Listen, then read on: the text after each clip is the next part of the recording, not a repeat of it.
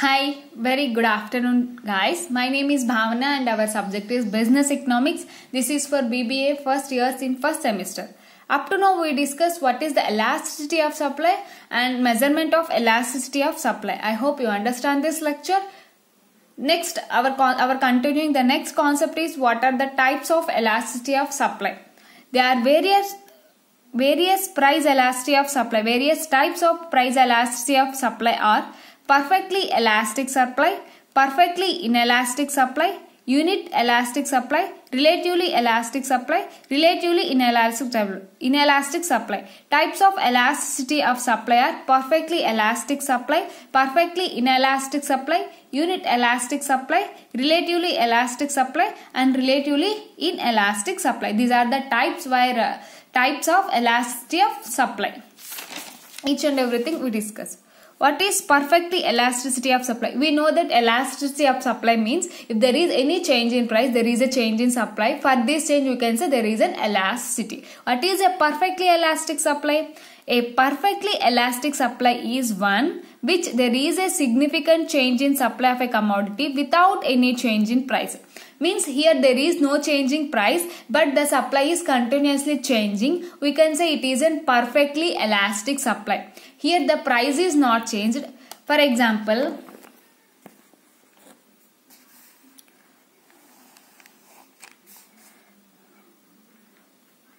one kg rice is 50 rupees. The quantity supplied is 25 kgs. But there is no change in price but the quantity supplied is changes to 30 kgs.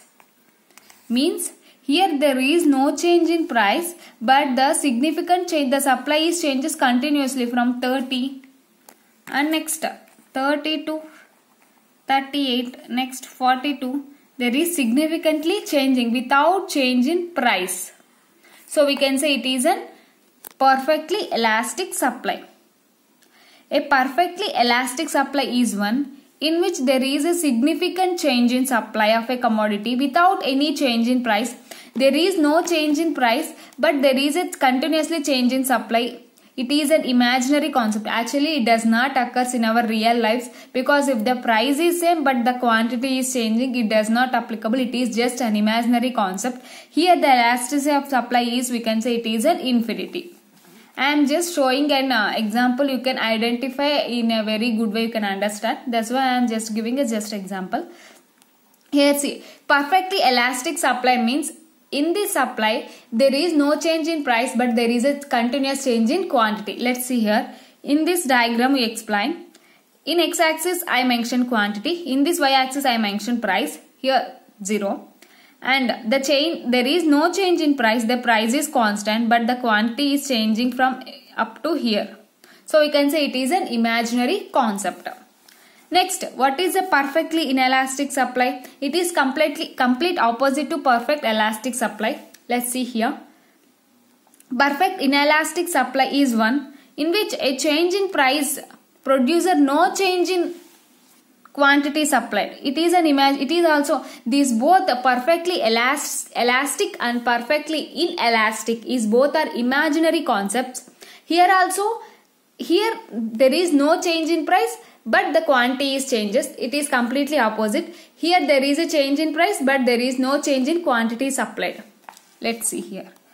In this x-axis we take quantity, y-axis price. Here the supply is 4 but the price is changes from 2 to 4, 4 to 6 but the quantity supplied is same. So it is also imaginary concept. Here the price is changing but the quantity supplied is not changed. Here the price does not change but the quantity supplied is changing. I hope you understand. These both are imaginary concepts. In this concept elasticity supply is equal to 0. We can say in this concept elasticity of supply is infinity. Perfectly elastic supply and perfectly inelastic supply both are imaginary concepts. It is not applicable in our real lives. Next, unitary elastic supply. What is the unitary elastic supply? It is the situation in which percentage change in supply of a commodity is equal to the percentage change in price. Means how much the price increases, the supply also in the same quantity increases. So we can say ES is equal to 1. Let's see here in the quantity price. Here the quantity is Q1 to Q and the price is P1 to P1. When the price increases from P to P1, the quantity is also increased from Q1 to Q. Means, example, here the supply, here the price. First, I will take the biscuit packet. Biscuit packet is 10 rupees from one Good Day biscuit packet. If the supply is 1, the price become 20, the supply become 2.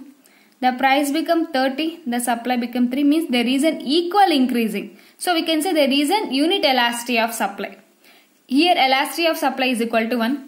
It is the situation in which percentage change of supply of a commodity. Here the price changes, the percentage of supply also equally changes. We can say it is an unitary elastic. There is an equal change through price and quantity. We can say it is a unitary elasticity of supply. In this, ES is equal to 1.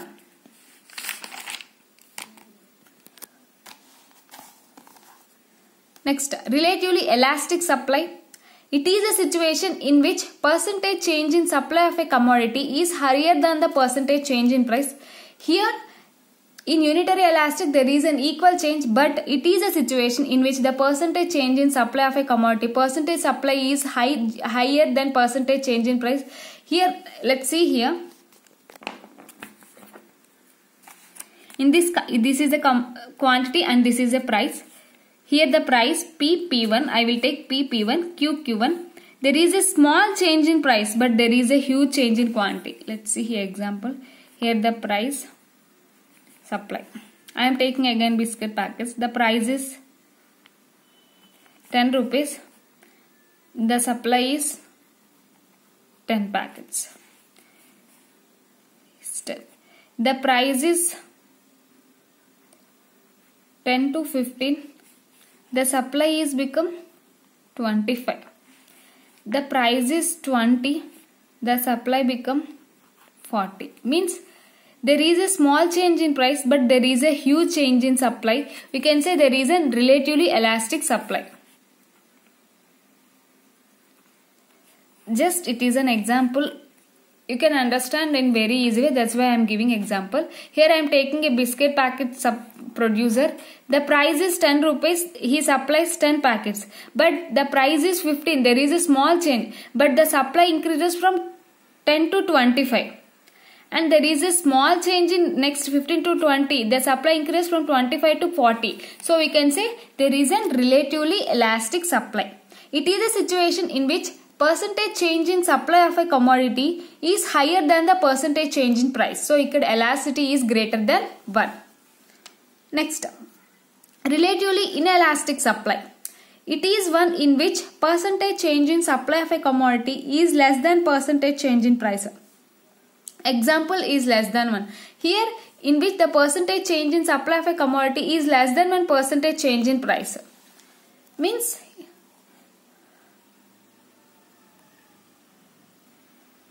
here the price changes is heavy but the quantity supplied is less. Let's see here example. In the same example I am discussing here, there is a price and supply. Here the price is 10 rupees. The supply is also 10 in first. Next, the price become 20 but the supply become 15 only. Here the price become 30. The supply become 20. Here the price become 40. The supply become, means there is a change in price but there is a less change in supply. This is completely opposite to this. I hope you understand. It is one in which percentage change in supply of a commodity is less than the percentage change in price, while is less than the percentage change. Here the price is changes from 10 to 20 but the supply is changing very less when compared to the price, then is relatively elastic. When compared the change in price is high, there is a high change in supply, you can say there is a relatively elastic supply. In the diagram also you can observe there is a price changes from P to P1 but there is a quantity changes is less change when compared to this, so we can say there is a less change. It is a relatively inelastic supply. So what is a perfectly elastic supply? There is a change in price, but there is a change in supply, but there is no change in price. You can say it is a perfectly elastic supply. When there is a change in price, but there is no change in quantity demand, you can say it is a perfectly inelastic supply. And there is a equal change in supply to change in price, you can say it is an unitary elastic supply. And relatively elastic supply, there is a small change in price, there is a huge change in supply, you can say it is a relatively elastic supply. There is a huge change in price, but there is a small change in supply, you can say it is a relatively inelastic supply. These are the types of elasticity of supply: perfectly elastic, perfectly inelastic, relatively inelastic, unitary elastic. Next, our next concept is factors influencing elasticity of supply. We discuss what are the types, but what are the factors influencing the elasticity of supply? Elasticity of supply depends upon the number of factors. Elasticity of supply depends number of factors, but we discuss some which are important to us. First, nature of commodity. If the commodity is perishable in nature, perishable means it will spoil within few days. Example, milk, vegetables, its lifespan you know that 3 days or 4 days only. Then the elasticity of supply will be less, because we have to sell within the price. There is no chance for increasing the price. So for that goods, the elasticity is always less. Goods have high elasticity of supply. Which goods have high elasticity of supply? Durable goods means the goods which are used for long time, like rice, wheat, other etc. Like not perishable goods, all other goods are durable. What are the perishable goods? Vegetables, milk, eggs, meat. These are the perishable goods. So based on the nature of commodity also, the factors it also influence the elasticity of supply. In perishable goods, there is a less elasticity of supply. In durable, when compared to the durable goods, the elasticity of supply is very high. Next, time period. Time period also. Time period you can discuss in the previous only. Nature of commodity means perishable. The perishable goods is also based on time period only. It is an operational time period. In the short, the supply is inelastic. When the production process period is long, the elasticity of supply will be relatively elastic. Of course, there is the cost of production is very short. The elasticity of supply is also very less. When the cost of production is long, the period will take long, then the elasticity of supply is also high, because there is any changes in prices. So the supplier may produce goods, but in short span, there is no chance for changes in prices, so producer is unable to produce more goods. Next, scale of production. Similarly, small scale producer supply is inelastic in nature compared to the large producers.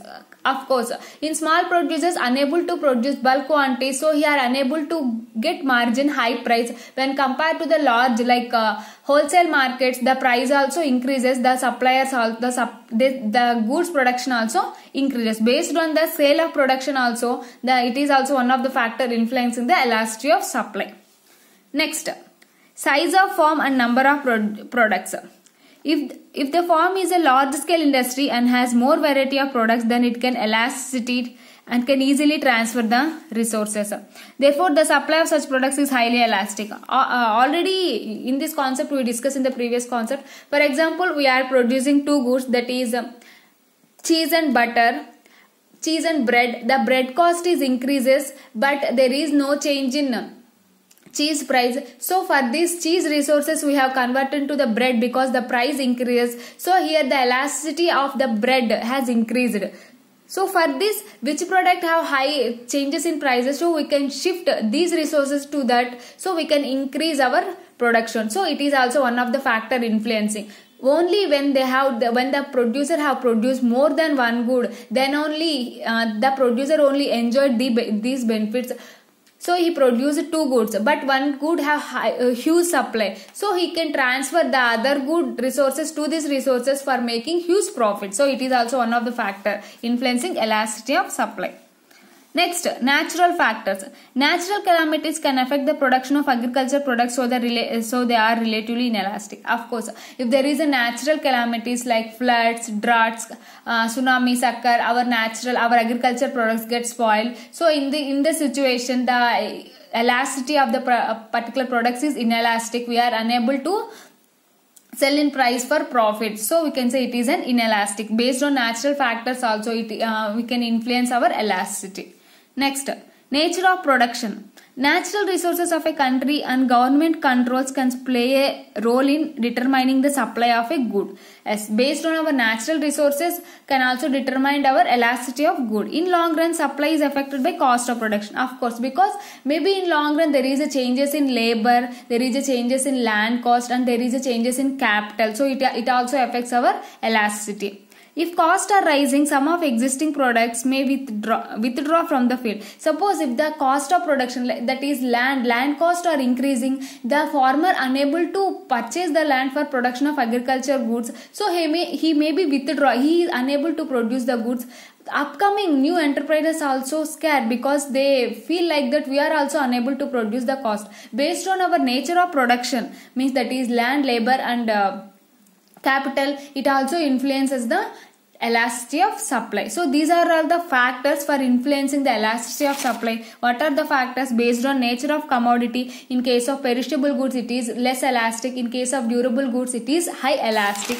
And time period, in very less time period it is inelastic, and long period there is an elastic. And scale of production, based on small scale producers it is supply is inelastic, but large scale producers the supply is elastic. And size of farm and number of products, based on the size of farm also the supply affects the inelasticity.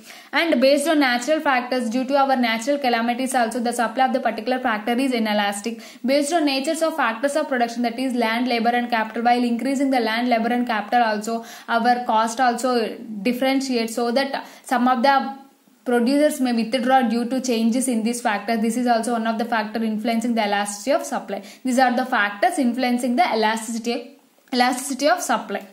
Up to now we discussed what are the types of elasticity of supply, what are the factors influencing the elasticity of supply. Up to now we completed our second unit. Let's see here. Concepts of demand, determinants of demand, law of demand, exceptions to the law of demand, elasticity of demand, types of elasticity of demand, uses of elasticity of demand. Here the concepts of supply, determinants, law of supply, elasticity of supply. I think I cover each and every topic in first unit and second unit. If you have any doubts up to now, please let me know. I definitely clarify your doubts, guys. Thank you so much. Please go through each and every video, and if you have any doubt in any concept, please let me know. Please text me. I definitely clarify your doubts. Thank you so much. Have a nice day. Keep smiling.